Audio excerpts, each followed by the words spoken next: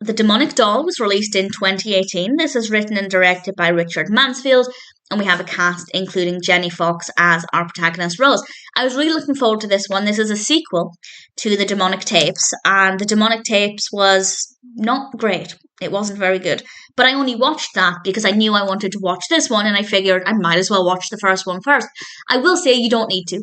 You do not need to have seen The Demonic Tapes to watch The Demonic Doll, so if you're just interested in this one for the creepy doll horror aspect, you can absolutely give this one a watch. Rose finds the creepy doll in the basement along with some tapes, and I will say, if you've seen the first film, you may or may not agree with me that the voice on the tapes was very boring and not scary.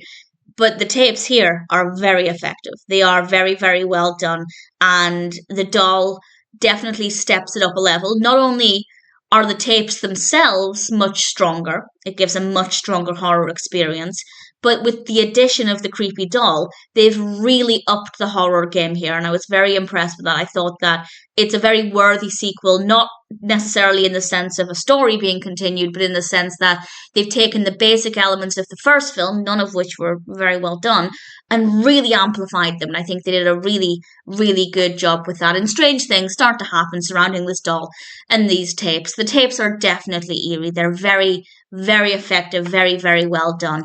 The doll doesn't look very scary. It's good enough. It's definitely good enough. I don't have any real issues with it. But in terms of all of the creepy doll horror films, I'd say this doll looks the least creepy. But if you're phobic of dolls, I know some people really, really, really hate dolls, even in a non-horror setting. If that's the case, then yeah, you're probably going to find that to be a little bit creepy. We have a great use of sounds and of lights. We have some really good performances.